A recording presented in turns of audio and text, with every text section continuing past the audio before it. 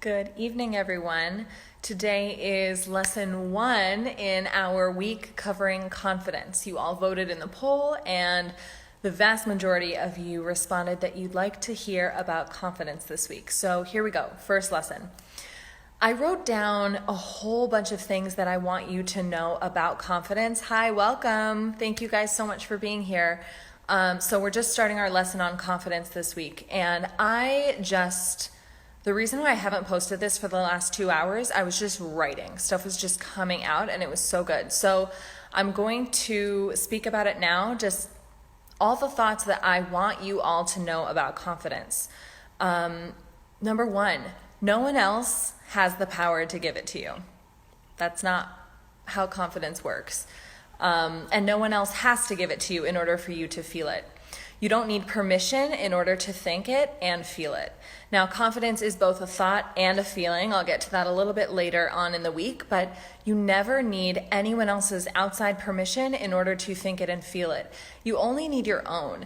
And what's more, you don't need a certain number of criteria to be met externally in order for you to give yourself permission to feel and think confidently. Little bit of a mind fuck if you are used to basing your level of confidence on your external accomplishments or on your appearance or on your relationship status or your income. But I'm here to tell you that you never, ever, ever need any kind of external bar to be met in order for you to give yourself permission to think and feel confidently.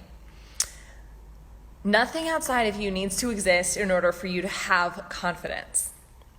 You don't need to have a reason to think or feel it. Isn't that liberating?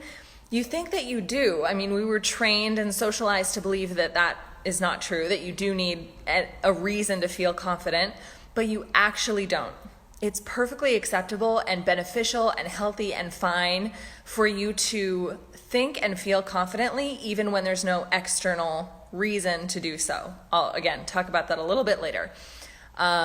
Just like every sentence in here, I just want to go on a little rant because it's like, oh my God, I can't transmit this information into your brain fast enough. Confidence is available to you, and only you keep yourself from it with your thoughts, which are entirely within your control. So confidence is fully and readily available to you in each and every moment, no matter what's happening, even if you're in a situation that in your mind right now sparks a lack of confidence. Confidence is still available to you in that moment. And the only thing between you and confidence in any given moment are your thoughts. And that's incredible news because, as we've learned, is you are the one who has control over your thoughts, not other people, not other people's words, not outside circumstances. What? I'm serious. Your circumstances don't control your thoughts. You control your thoughts. You get to determine your thoughts regardless of outside circumstances, regardless of other people's words, regardless of other people's thoughts and feelings. You get to choose them. So where I'm going with that is kind of just to let you know that in any given moment, you can choose thoughts that make you feel confident, even if you're experiencing something that is shaking you to your core. You can choose thoughts that ground you in the place where confidence comes from, which is your capability to withstand anything, your capability to feel and process any emotion, your capability to never give up, your capability to refuse to believe anything about yourself that is derogatory.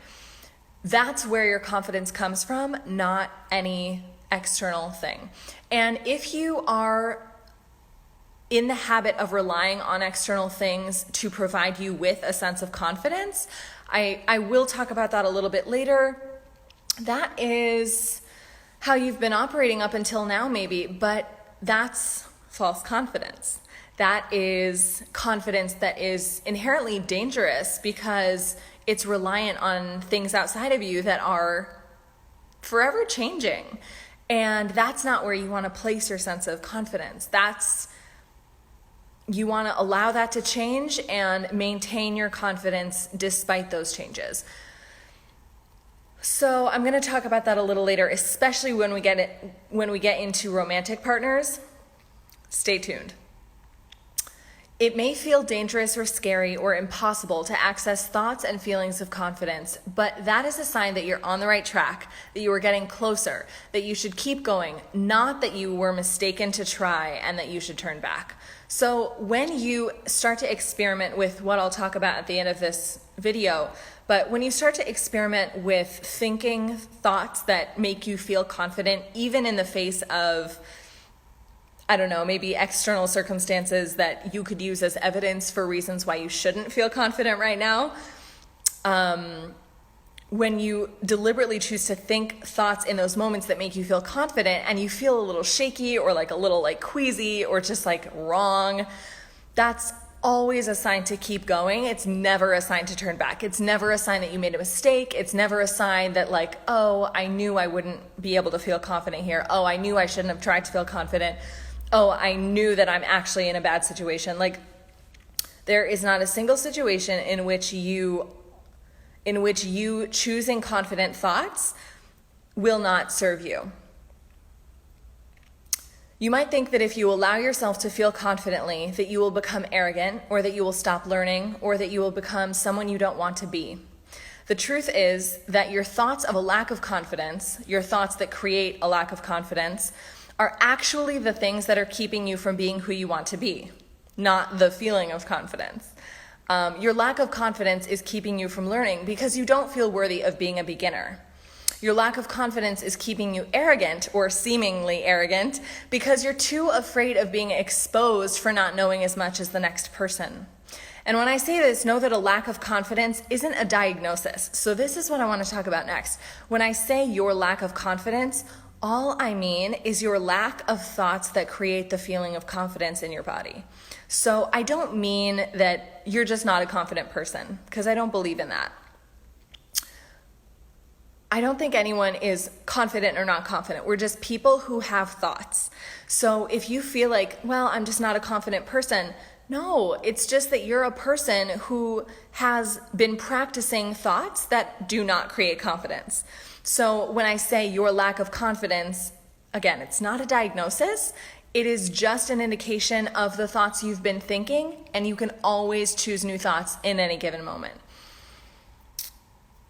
It's not something inherent about you. Your lack of confidence is not something inherent about you. It's just an indication of the thoughts you've been thinking.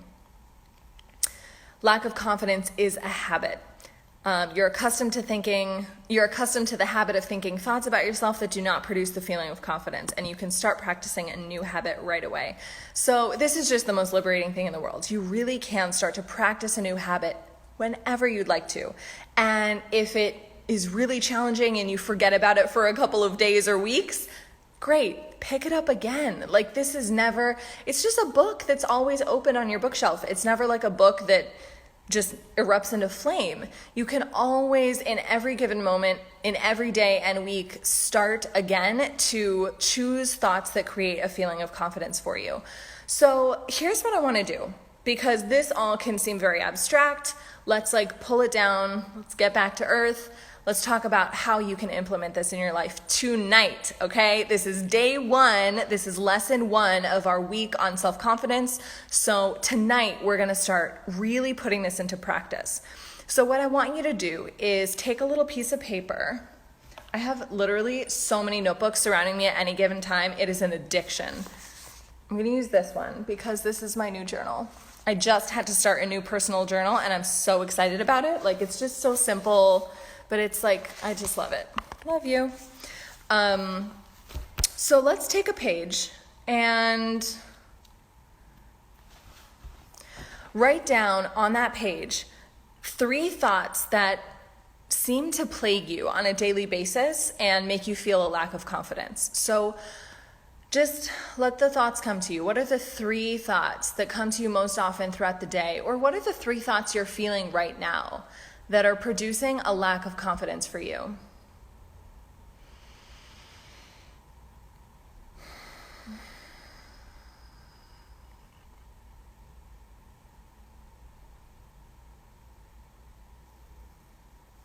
Write them down.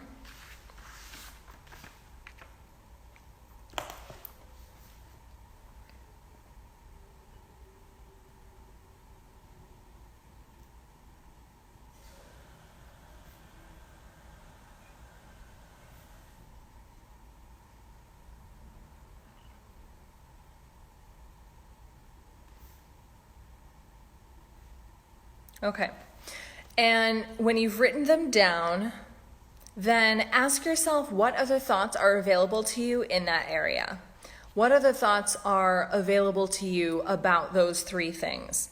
And I'm not asking you to go to a place where if one of your thoughts was, I'm not smart enough. I'm not asking you to try and force the thought, I'm a genius. It's not what this is about. This isn't, just like saying mantras that mean nothing to you. I really want you to think about what thought is in reach. What thought is within reach for you right now, but that is less derogatory, that is less degrading, that is more supportive, just a little bit more empowering. What is that thought? If the thought plaguing you and creating a lack of confidence for you is, I'm not smart enough, perhaps you can inch your way up to, I'm willing to learn. What feeling does that thought create for you? Maybe it's not, incredible, unshakable, like Lady Gaga confidence, but it's definitely not the insecurity that comes from I'm not smart enough. I'm willing to learn. I can learn anything. I am up to the challenge. I'm determined. Those thoughts create confidence. So much more so than the thought, I'm not smart enough, and so much more so than the thought, I'm a genius. Because the contrast of that to your current thought is just too much. It'll make you feel even worse. So focus on the thought that just feels a little bit better, that just feels a little bit less like it's tearing you down. And do this practice for each one of these three thoughts that you came up with just now. And I challenge you tomorrow and even later on tonight, because I know you're all going to be up watching whatever until forever because it's quarantine and we're doing that. If you get hit with a wave of a lack of self-confidence, if you get hit with a wave of insecurity, take a moment. Don't just numb away from it. Don't just escape it. Don't just run away into scrolling or online shopping or eating or whatever. Take a moment. Ask yourself, what thoughts am I thinking that are making me feel like this right now?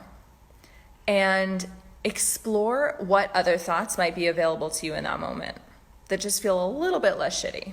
That's all we're asking for. Standards are low right now. We just want to feel a little bit less shitty, okay? And let that be good enough. That is excellent. That's perfect. It's amazing. So I hope this video helped you. Again, all week long, we're going to be doing trainings on confidence.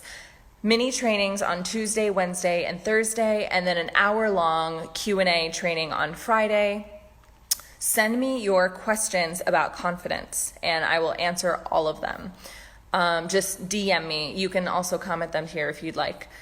So I'm going to read you a few questions that were submitted already to sort of get your juices going, because these are excellent questions, and this is a foreshadowing to what I'm going to be covering on Friday during our big hour-long, extravaganza. So the first question I received, so good. How do I feel physically confident without frequent praise from my partner or without a partner at all? The next question. How to feel confident asking for what I want and feeling like it is an inappropriate request. Wow, that's a big one. Hi, Courtney. Love you, girl. The next question I've received is how to feel confident in spaces and situations in which I've felt unsafe in the past. Incredible question. Thank you for submitting. The last question I received today was how to feel confident without being an expert. So I've been chatting with these people in the DMs because that's where we chat. And I'm going to cover the answers to all of these questions on Friday in our big Q&A session. If you have any questions about confidence, if any of these questions sparked anything in you, write to me, send me a DM, and I'll help answer your question there. And if you'd like me to cover it in the Friday call, in the big hour-long Friday call, I will absolutely do that there as well. So until then, I hope you have an amazing night. Do the exercise that I recommended to you in this video. This video will live in IGTV in perpetuity, so you can always enjoy it there. And I will talk to you all tomorrow. Mwah. Hi everyone. Today is video 2 of this week's series on confidence, all about confidence. So today I want to talk to you about something that you can do in order to drastically, radically change the way you see yourself. You might just think, well, I'm just not a confident person. I'm just not that confident. I'm just not. And I promise you that you can change that. You can become as confident as you want to be. And if you have any thoughts in your mind that are saying, well, I don't want to be too confident because you're afraid of, the deleterious effects of being arrogant, I want to tell you confidence is not the same thing as arrogance. Arrogance is I'm better than you, which is total bullshit. And confidence is I'm amazing. And that has nothing to do with the amazingness of anyone else around me. Like, I'm amazing, you're amazing. There's room for everyone to be amazing. Arrogance doesn't even play a part in that. So what I want to share with you today is something that I love doing. When clients come to me and they say, I'm just not a confident person. Why not? Well, I just don't really have anything to be confident about. That's my favorite thing in the world when a client says that, because I'm like, oh, that's a challenge. Time for me to prove you wrong.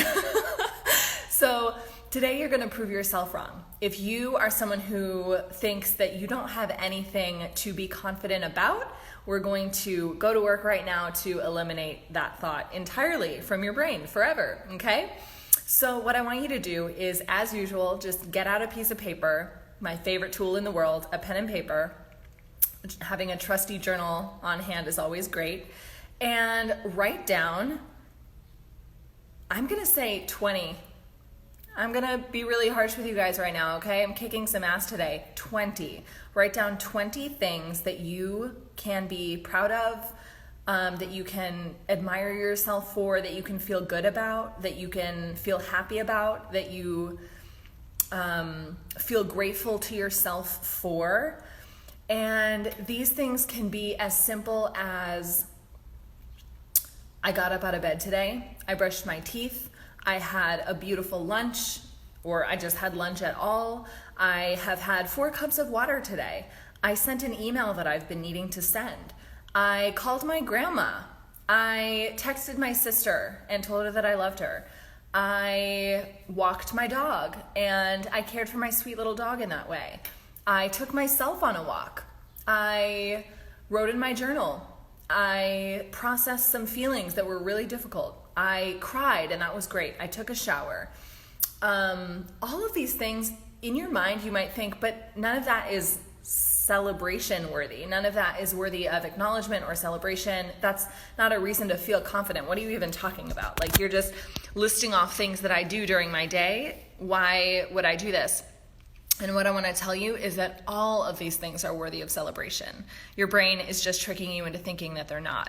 And this is what's holding you back from confidence, not the quote unquote fact that you don't have anything to be confident about, because that's not a fact. So in this exercise, and you can move on past, I sent an email, I walked my dog, I took a shower. You can really dig deep and think, what am I really, really proud of myself for doing?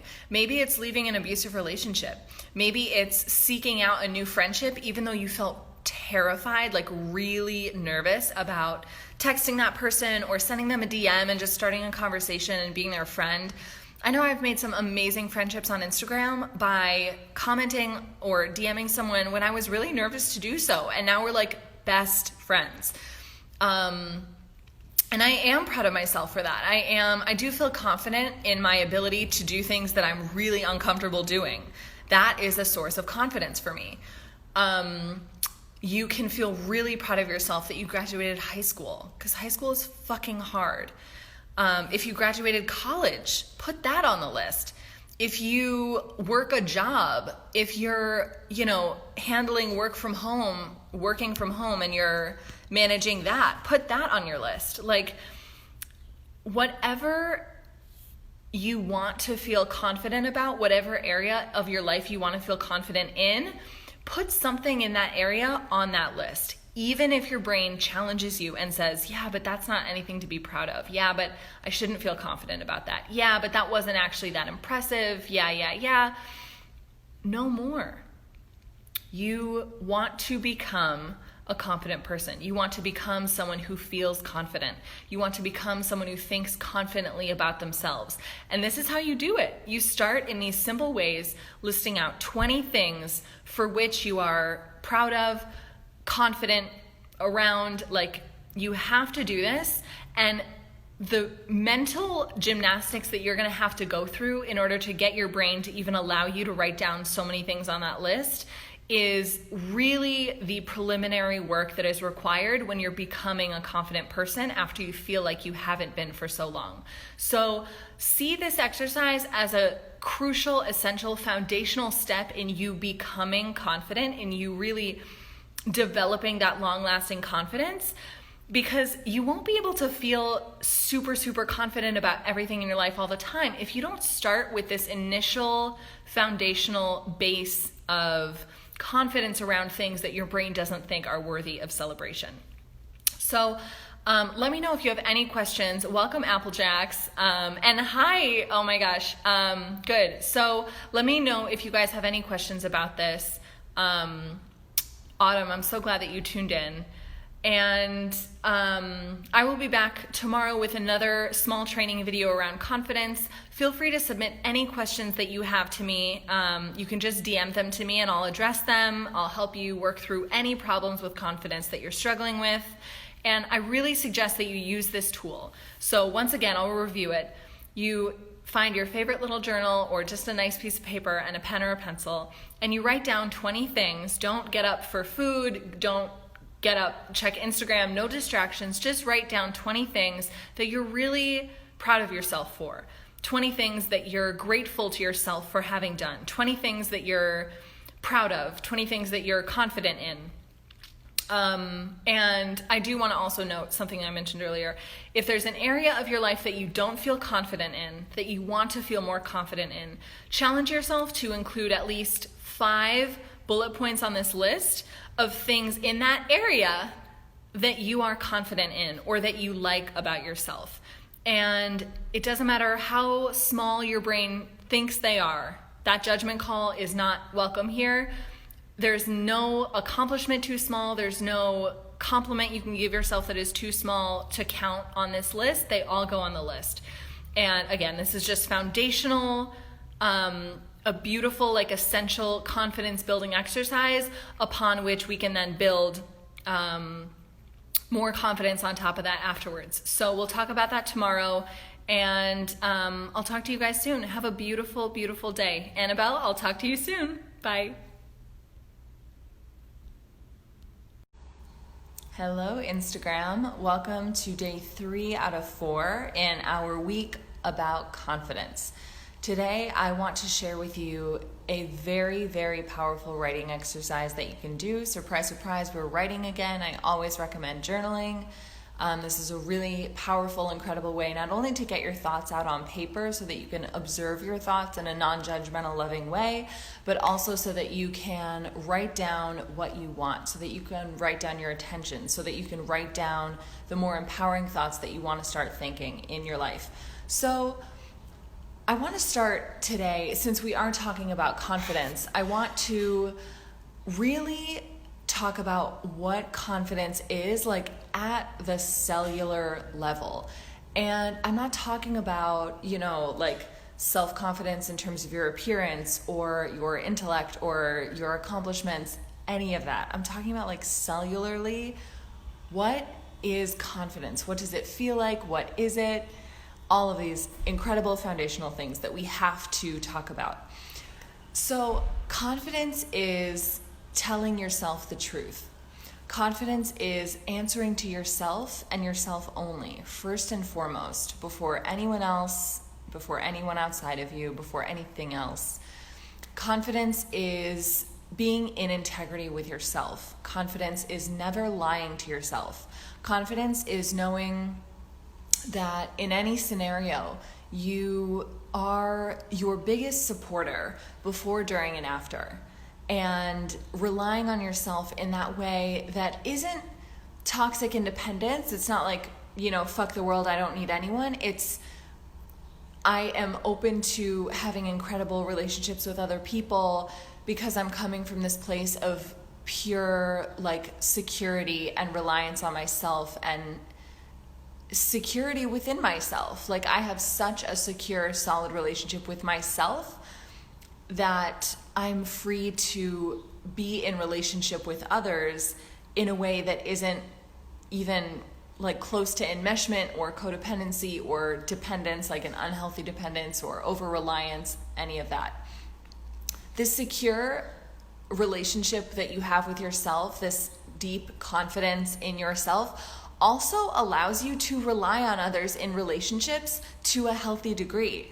Relationships are about reliance. Relationships are about coexistence, and you need that healthy level of reliance in order to have a vulnerable, honest, deep, close relationship with someone. So again, it's not about this toxic independence of fuck you, I don't need anyone, I don't need you, I got this, I can do it all myself. But it's also not about the codependent side, the over-reliance, the I need you for every day and I can't breathe without you, please don't leave me, that. There's this beautiful middle. We're so black and white when we're codependent, but there's this beautiful middle where everything's golden and you are so secure in your relationship with yourself that when you do need to rely on someone else, when you do need to reach out for emotional support, when you do need to be vulnerable and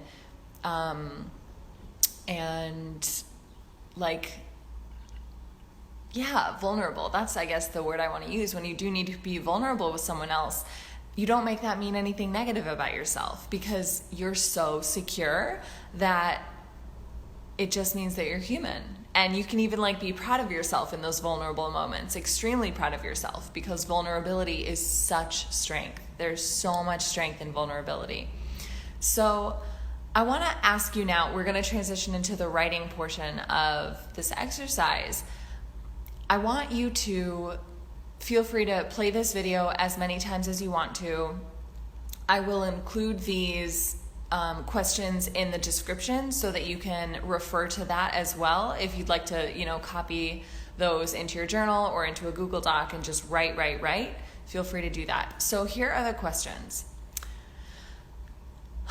And of course, when you're answering these questions, it really does help to sit up straight, either sit in a chair or sit cross-legged on the floor, wherever you like to journal, and really take a deep breath. Maybe close your eyes before each one of these questions and give space to each one of them to answer them fully and truthfully and honestly and vulnerably and deeply.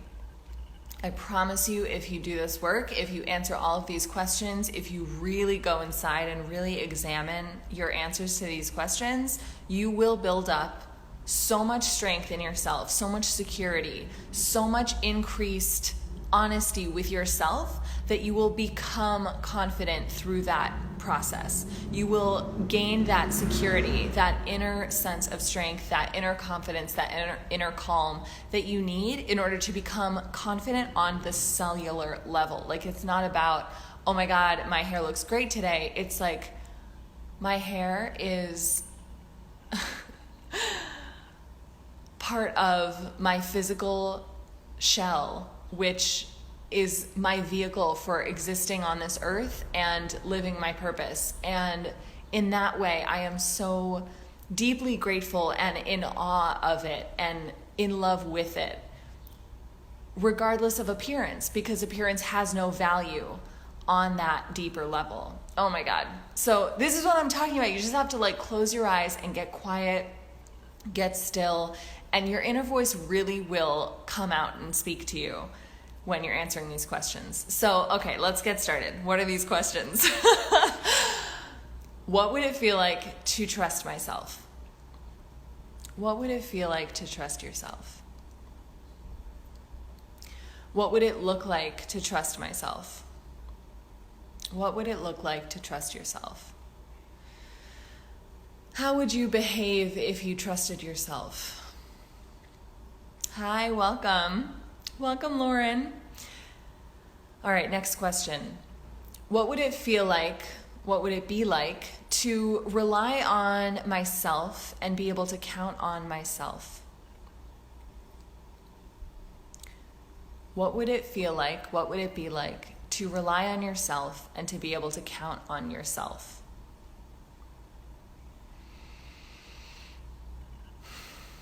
What would my life be like if I relied on myself more and relied on others less? And in this area, I'm talking about, well, many areas. But again, go back to what I said before about the dangers of toxic independence and then the dangers of codependence, of over-reliance. So find that golden middle ground. What would it be like if I relied on myself more and relied on others less? Would you have less fear? Would you have less obsession with controlling other people so that they do things the way you want them to and that you can feel secure in that? Would you feel less resentful? Would you feel less unhealthy dependence? Next question. How would I make decisions if I valued my own opinion over everyone else's? Especially in your own life. How would you feel? How would you show up in your life if the opinion that mattered most in the world to you was your own opinion of yourself, of your life, of all of it? How would I make decisions if I valued my own opinion above everyone else's?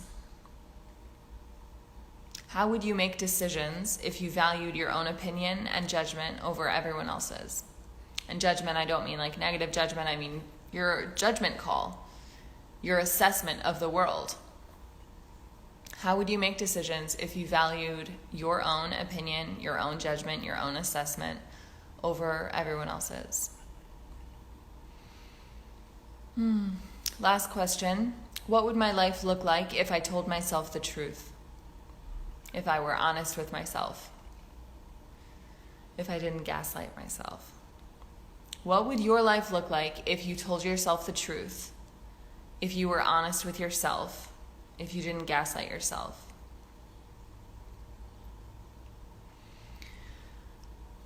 So I want you to sit with these questions. I hope they help you. If you have any questions about these questions, you can just send me a DM and I'll be happy to answer them. And feel free to continue to send me your questions about confidence. I've received a couple more really good ones. Let me see if I can find them here. Yes. Oh my God, yes. Okay, I got two really good ones. So in addition to the ones that I read on yesterday's live, we also have, how do I feel confident without being an expert? How do I feel confident in my knowledge without being an expert? And then the other one was, how do I differentiate between what did they say? They were like, how do I differentiate between my intuition and my learned conditioning?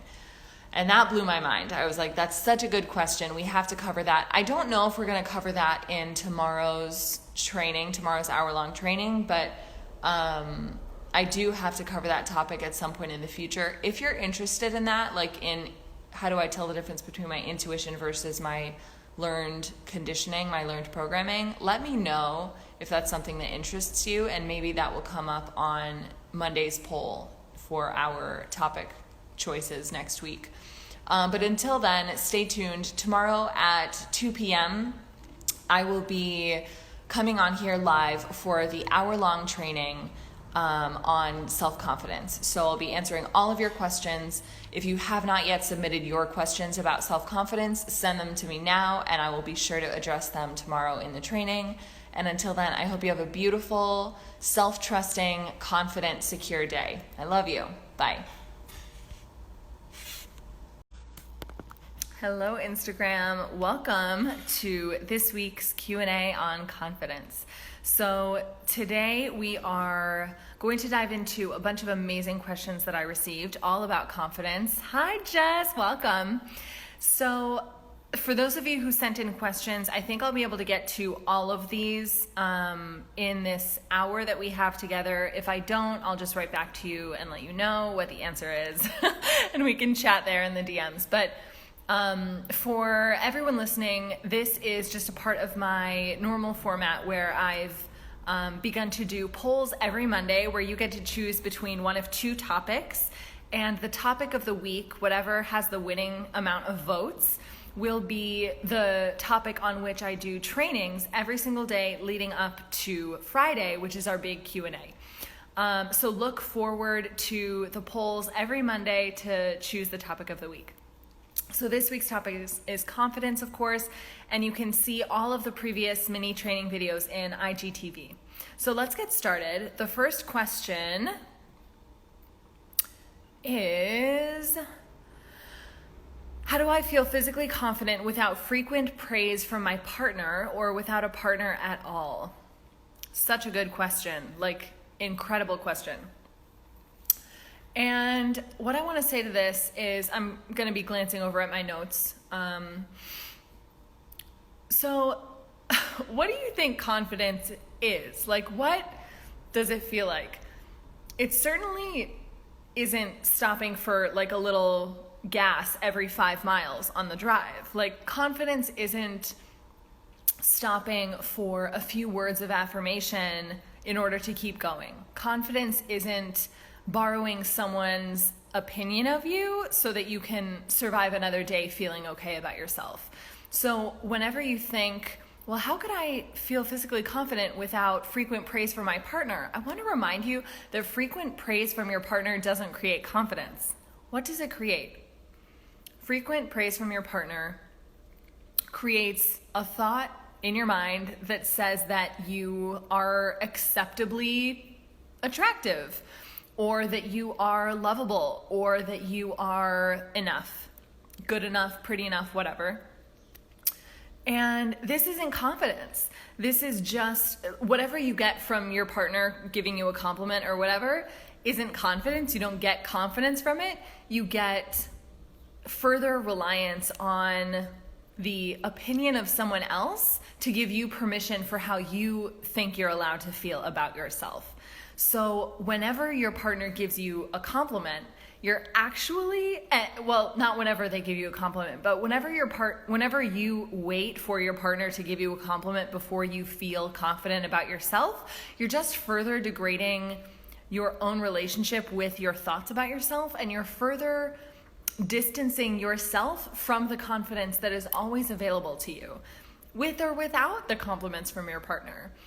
See, true confidence, actual confidence, doesn't have anything to do with the way that your partner sees you or the way that anyone sees you. It's all about the way that you see you. So whenever you find yourself wishing that you had that compliment or that approval from someone else, just remind yourself that what you're looking for, you think is going to create a feeling of confidence inside you, but what it's really going to create is a feeling of reliance on their permission to give you permission to feel or think the way that you want to think and feel about yourself. So in that moment, I would suggest, the original question was, how do I feel physically confident without frequent praise from my partner or without a partner at all?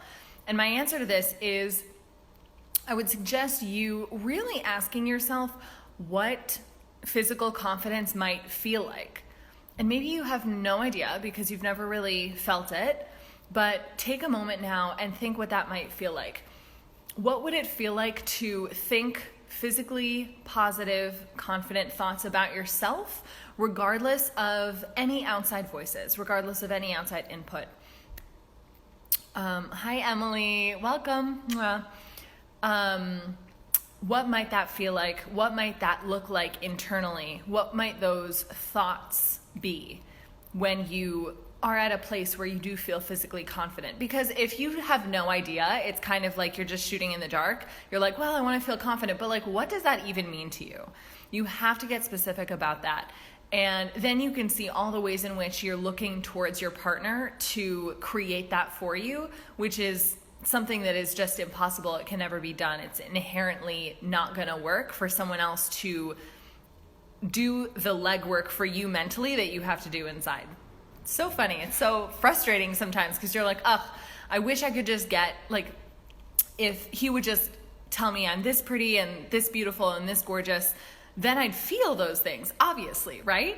But it's not true, because the way that we know that this isn't true is that sometimes someone will give us a compliment like that, and it's not something that we think and feel about ourselves, and so we reject it.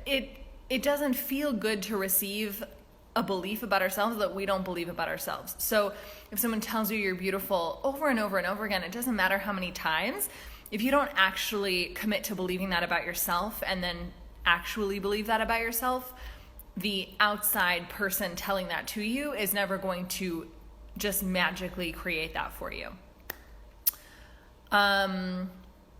Okay, I think that is how I'm going to answer that question. Question number 2 that was submitted was how to feel confident asking for what I want and feeling like it's an inappropriate request. Okay, fascinating question. I love this. What is an inappropriate request? I have so many notes that I took on this that I'll be reading. Number 1, who cares if it's inappropriate? Number 2, what does that even mean?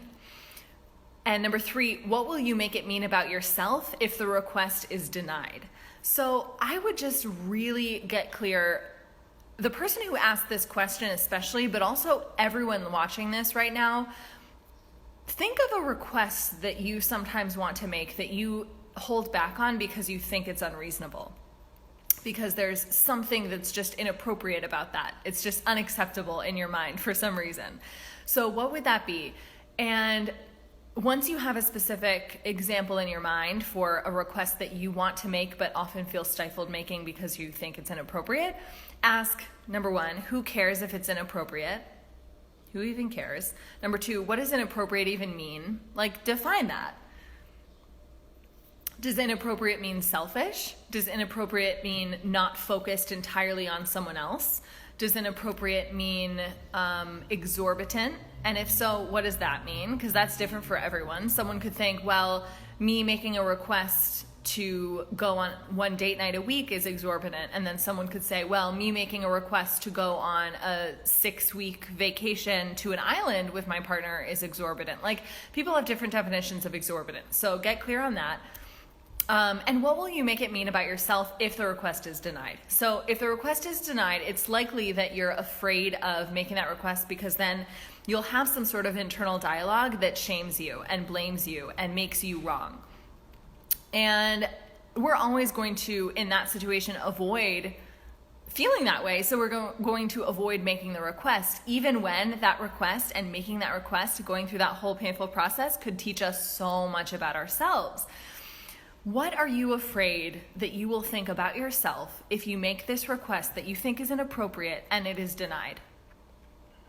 Well, fuck. I guess I really am too much. Damn, I guess I'm really not worth that after all. Damn, I thought this person would see how valuable I am and would want to, do that thing for me, but they don't. So maybe I'm not as special as I thought. Maybe I'm not worth it. Like, what is coming up for you? What are you afraid that you will think and feel about yourself if the request that you made is denied? Once you look at these things, and the reason why I'm asking you to do this is once you look at these meanings that you will extrapolate from a denied request, you're going to be able to really identify the thoughts that you are thinking about yourself all the time that are just being triggered by the event of someone denying a request that you've made. So if it's like, I'm not worth it, I guess they don't love me enough, I didn't deserve this, those are all thoughts that are always running in the background anyways of your life that you just have to look at. So if you're able to look at those thoughts and kind of anticipate them ahead of time, and soothe yourself through them, then you'll be able to make a request and survive the denial of the request. Like you'll be able, and at that point it doesn't even matter if the request is met or not. Why? Because you're not hanging your emotional well-being on whether or not that person denies or accepts the request, denies or obeys the request. It just won't matter because you'll be taking care of your own emotional needs. And we know that the only reason why you would want that request to be met anyways is because of the way that you think it's going to make you feel when it is obeyed. I'm not sure what other word to use. Complied, that's the word. I was like, obey isn't quite the right word, but the only reason in the first place why you really want that request to be complied with is because of the way you think you'll feel about yourself and the relationship and the partner and whatever, because of the way you think you'll feel after it is complied with. So if you're able to reach that emotional state beforehand, it doesn't matter. It's just a neutral circumstance outside of you. It doesn't matter if it's actually obeyed or fulfilled. You are good. You're emotionally solid. You feel amazing. And you're able to, number one, make a request from a much cleaner, much more detached, much less like reliant and needy and obsessive place, but you're also able to just be totally fine whatever happens. This might seem really foreign to you because you're not necessarily accustomed to how this feels like. Maybe you've only ever had experiences where you make requests out of a sense of a need or desperation. And I totally understand because I was there for most of my life. But I promise you, once you're able to understand what emotion am I afraid of feeling if this request is denied? What am I afraid of thinking and feeling about myself if this request is denied? Let me approach that head on. Let me really examine that. Let me understand how I can still maintain positive, loving, supportive thoughts about myself, even if this request is denied. Then I don't have to be so attached to the request being fulfilled in order for me to feel and think these things about myself.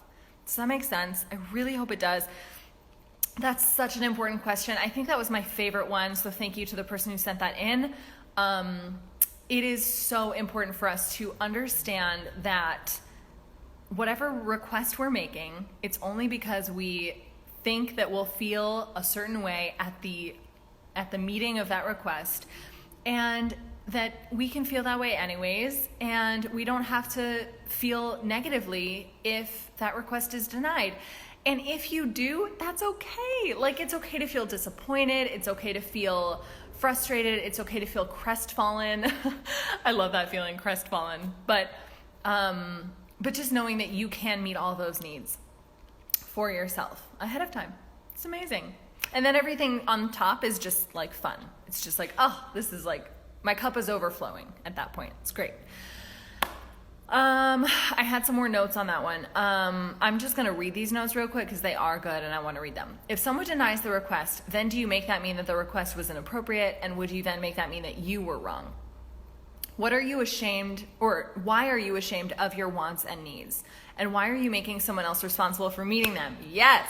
Oh, so good. It's so funny when I go back and read my notes. I'm like, that was a really good point.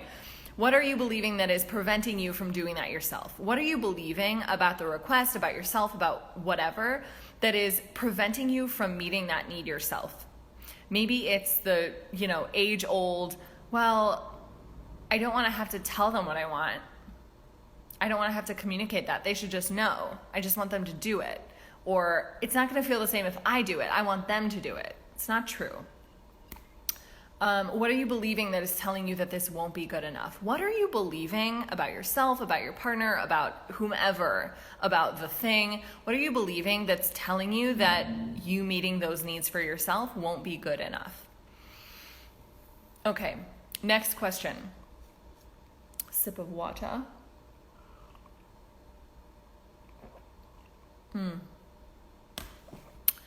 Yes, Emily, you have to do it yourself. Believe it on your own. Yes, beautiful. Okay. This is such a good question. Hi, B. Welcome, my darling. How to feel confident in spaces and situations in which I've felt unsafe in the past. B, we just finished a really good question. I would suggest you go back and watch this when it's up on IGTV. Also, I love you. So, okay, how to feel confident in spaces and situations in which I've felt unsafe in the past. So, why did you feel unsafe? Like, what happened? The person who asked this question, and I have been chatting a little bit in the DMs, but I will just say to everyone here listening just for the first time, if you have felt endangered, if you have felt in danger in spaces in the past, and you want to be able to feel confident in those spaces today, I promise you that you can. I promise you that you can. And the first thing I want to say is if there is a space in which you don't feel safe, in which you do want to take a break from, in which you don't want to go, but you feel like you have to for some reason, maybe it's people pleasing, maybe it's a sense of obligation, maybe it's whatever, I just want you to check in and see, like, who's your master? Like, are you answering to yourself? Are you answering to someone outside of you? Who are you answering to? And you always want to be answering to you first and foremost. That is, if you're on my email list, you saw my email yesterday or a couple days ago about cellular level confidence. And if you're not on my email list, just you can DM me and I'll send you the text of the email. But really, it's so important for you to know that you answer to you first and foremost and exclusively, really. So if there is a space in which you know that you're in danger, or if there is a space in which you don't feel comfortable being, why are you going there? Are you trying to people please? Are you trying to not cause conflict? Cause conflict, because you don't cause it. By simply not showing up somewhere? Are you trying to appease someone? Are you acquiescing to someone's whim that you've just been sort of going along with for a long time, and it's just kind of how things are, and you're too afraid of doing something different? What do you want to do, and why aren't you doing it? But if it is a space in which you just have felt unsafe in the past and you find yourself there again, or you want to go there again or something, how do you stay safe? How do you stay confident? How do you feel confident? And my answer is, again, self-reliance.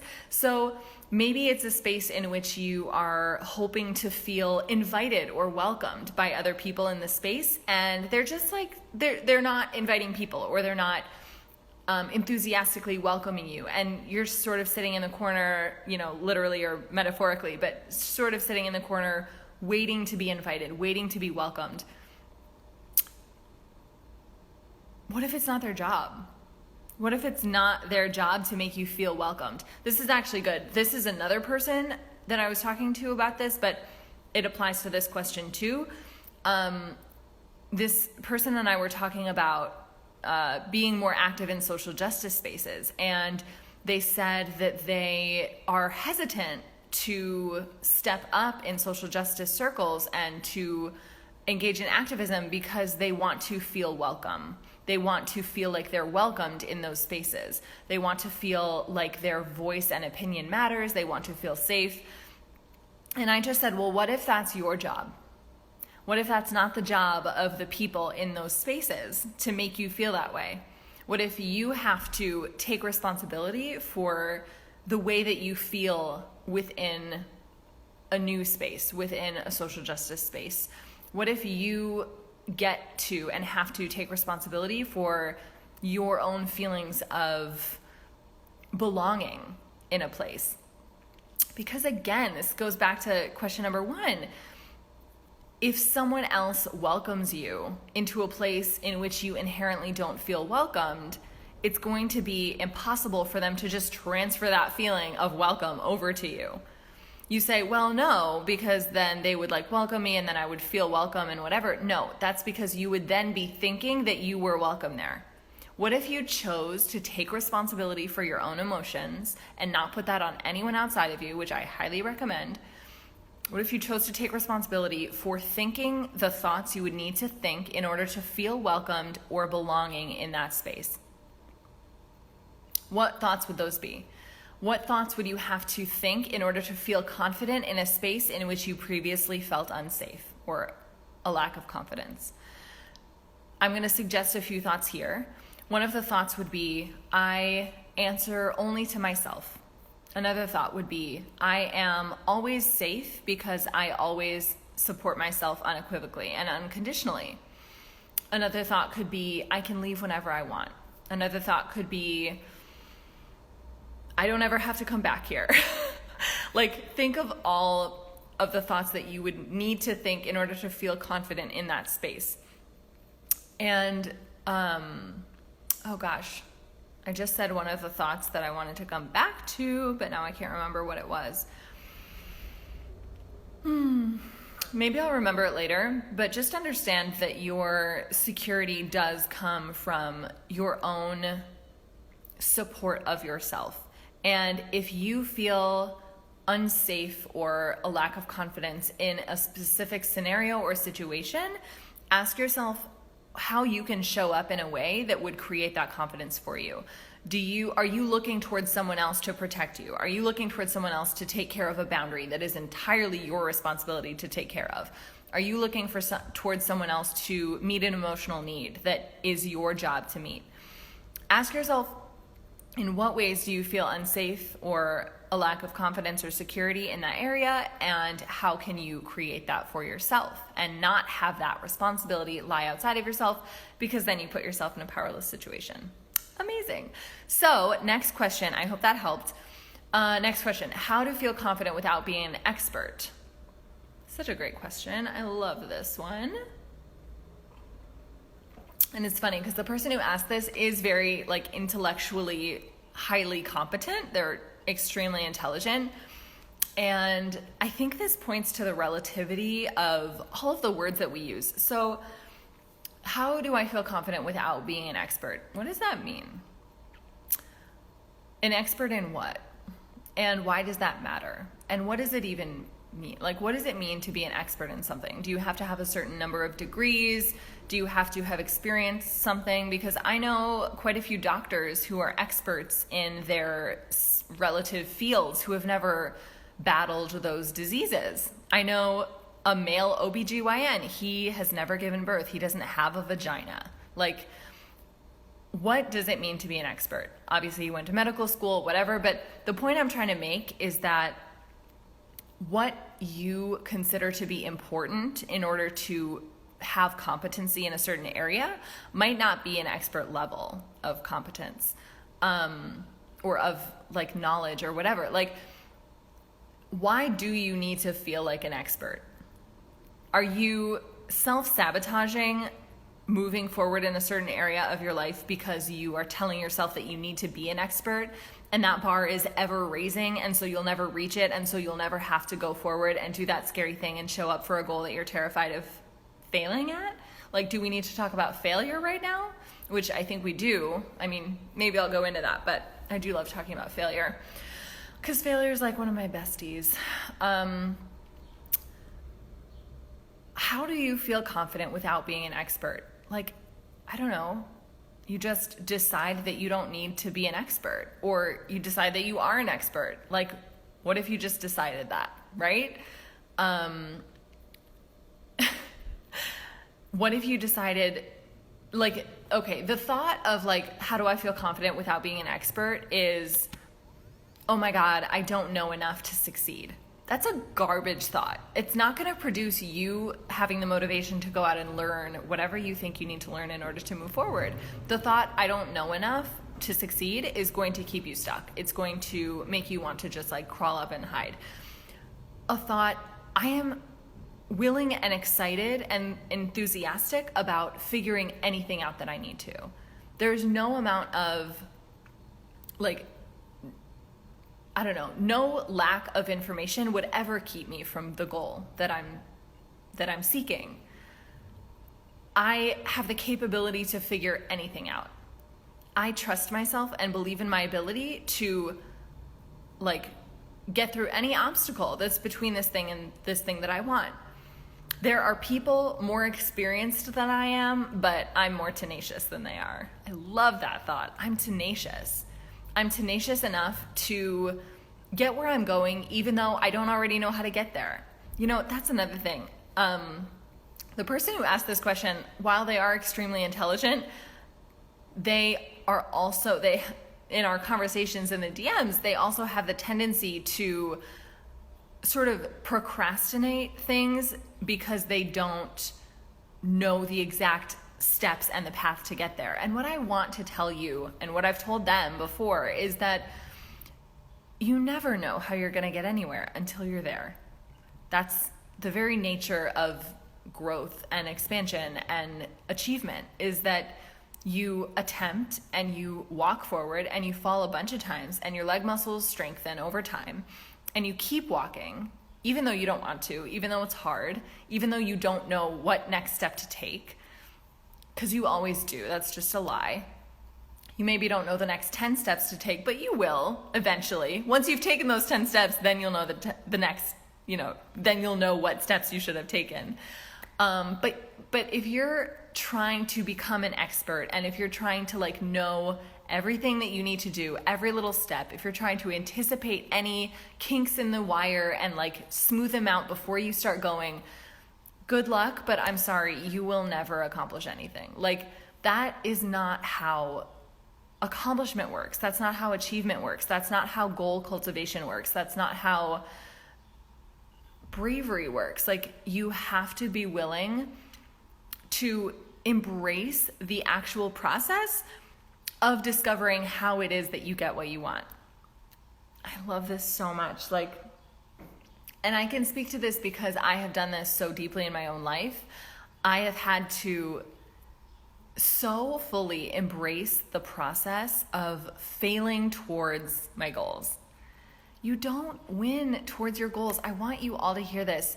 You don't succeed, huge success. You fail, you fail, you fail, you fail, you fail, you succeed. You have to be willing to do it wrong. You have to be willing to not be the expert. You have to be willing to not know shit about shit. You have to be willing to fail enough times in order to succeed. So, hi, welcome. I just want you all to know that you have to be willing to fail enough times before you succeed. So there is no expert. There is no, how do I feel confident without being an expert? Your confidence can come entirely from your tenacity and from your belief that you have the capacity to figure anything out and to keep going even when it's hard, and especially when it's hard, because that means you're doing it right. That's where your confidence comes from. Okay, last question that was submitted. And if any of you on this live right now have questions about confidence, feel free to type them in the comments and I will answer them as well. So our last question that was submitted was, I am struggling to convert my negative thoughts into positive ones. I think I'm obsessive and embarrassing. Okay, so how to convert negative thoughts into positive ones. I will just say, stop trying. Stop trying. Instead of that, I would really dive deep into examining the obsessive and the embarrassing. I would really dive deep into understanding what it is that you mean, what it is that your brain thinks it's saying when it tells you that you're obsessive and embarrassing.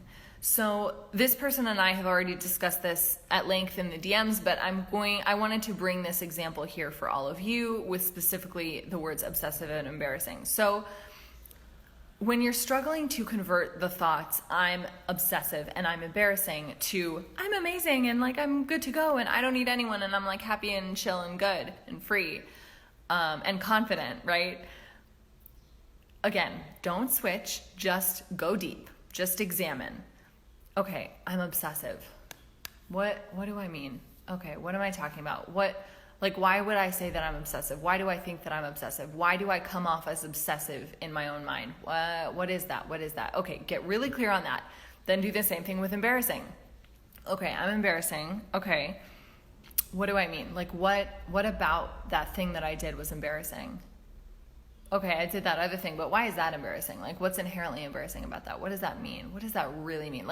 Get so crystal clear, be exhaustive in this search for meaning.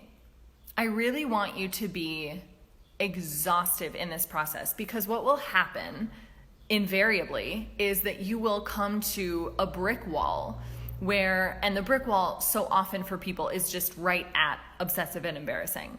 They'll say, well, I was obsessive and it was embarrassing. And I'm like, no, go deeper. What is it? And then they'll say, well, I texted this person 6 times. And I'm like, okay, why is that embarrassing? Why is that embarrassing? And you're like, well, it just is. And I'm like, is it? I don't know that that's true. Like, you can question everything. And it's not just bullshit. It's not just like, well, you could just pretend to question that it's embarrassing. You can actually question whether or not texting someone 6 times is obsessive and embarrassing. And once you get to the real kernel of what it is that you're ashamed about in that moment, what it is that makes you feel a lack of confidence, you can start to that's when the thought changes. It's not up here at the obsessive and embarrassing. It's way down here at the very boring factual level of, I texted this person 6 times and they didn't text back. Okay. So instead of taking that fact and making the painful thoughts around that of I'm obsessive and embarrassing, what other thoughts are available to me in this moment about this neutral factual circumstance? So I texted this person 6 times and they did not reply yet. New thoughts that are available to you that make you feel more confident and less self-loathing could be, they're busy. I'm totally okay if they don't want to talk to me. I'm secure either way. I've got me. I don't need them to validate me by texting me back. I said what I wanted to say in the moment, and I'm okay with that. I did feel embarrassed when that happened, but embarrassment is just part of having relationships with other human beings, and I'm willing to sign up for all of it because I know I can handle it. Hi, Koji. Yeah. So I'm going to read one more thing. This is from a follow-up email that I sent to a client of mine. We were talking about the same thing. We were talking about people not responding soon enough or people not responding at all. So yes, it's very, very difficult in the moment. Koji Cambrand, I don't know what you make, but you look really cool and I'm going to check you out after. So this person texted someone and they didn't reply back. And so the thoughts that this person had that eliminated all confidence and just brought her down way, way, way low. These thoughts were, I'm sad and lonely. She left me. Why didn't I wait until tomorrow? I'm angry. I'm afraid to text her at all. I'm angry when people leave me and don't give me what I want. And what I suggested this client do is break down the facts of the story from she's ignoring me, which is this big scary thing. She's ignoring me. It's got so much assumption in it. It's emotionally charged. It's not a factual thought. Break it down all the way down to the facts. So the facts would be, I texted this person and they did not reply in the time frame that I wanted. I texted this person, really. Simple fact. It's very boring. No emotion. I texted this person. And new thoughts that were available to her that were much less painful than I'm sad and lonely, she left me, she abandoned me, I'm angry, all of that. New available thoughts include, I love myself. I am never truly alone. I do like sharing things with people, and it's okay if they don't reply when I want them to. I know that doesn't mean anything about me. I allow people to use their phones however they'd like to, whenever they'd like to, and I don't make it mean anything about me or their feelings about me. I notice that I'm using this as proof of my deeper belief that I'm too annoying, that I'm needy, and that I'm too much. But I know that that's just an old story that was never true, not when I was a child and not now. So I will not continue the cycle of making myself feel unlovable by believing it. I love myself so much.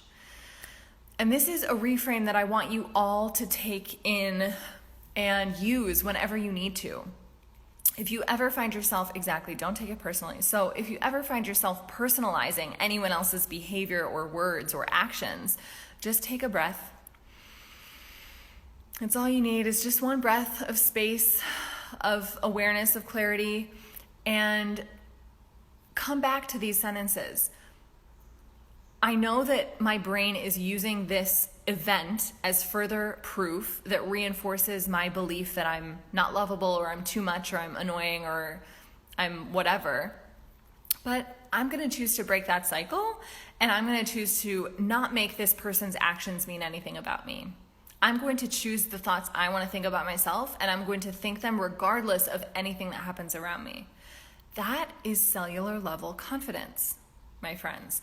That is what it means to feel the kind of security in yourself that comes from independence of anything or anyone else outside of you.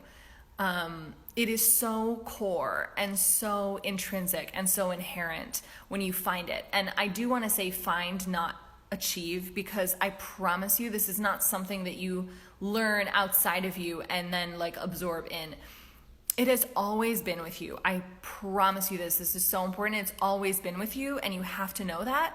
It's something you were born with. It's something that we were conditioned out of, because that's just what happens when we live on Earth, is we interact with people and we develop insecurities and we stray from our eternal love of ourselves. But you can always come back to it because you were born with it, and it can never be taken away from you, no matter how many levels of like embarrassment or shame or pain it's buried under. It never dies. It never leaves. I promise you that.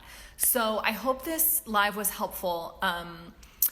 Again, this week was our week on confidence, and you can find all of the other mini trainings, 1, 2, and 3. This is number 4. You can find 1 through 3 in the IGTV section on my account. Next week, again, we'll have our poll on Monday to choose the topic of the week, so stay tuned on Monday for that.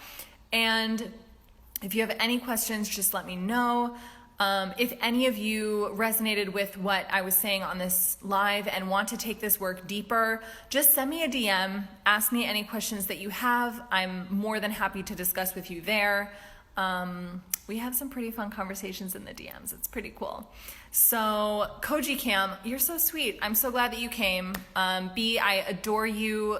You're just the sweetest angel. I love you guys so much, and I'll talk to you soon. I will say, in a couple hours, 2.5 hours, at 7:30 tonight Eastern, I am doing my new moon workshop with Natalie Torres of The Traveling Light. So go to the link in my bio to sign up for our new moon workshop tonight.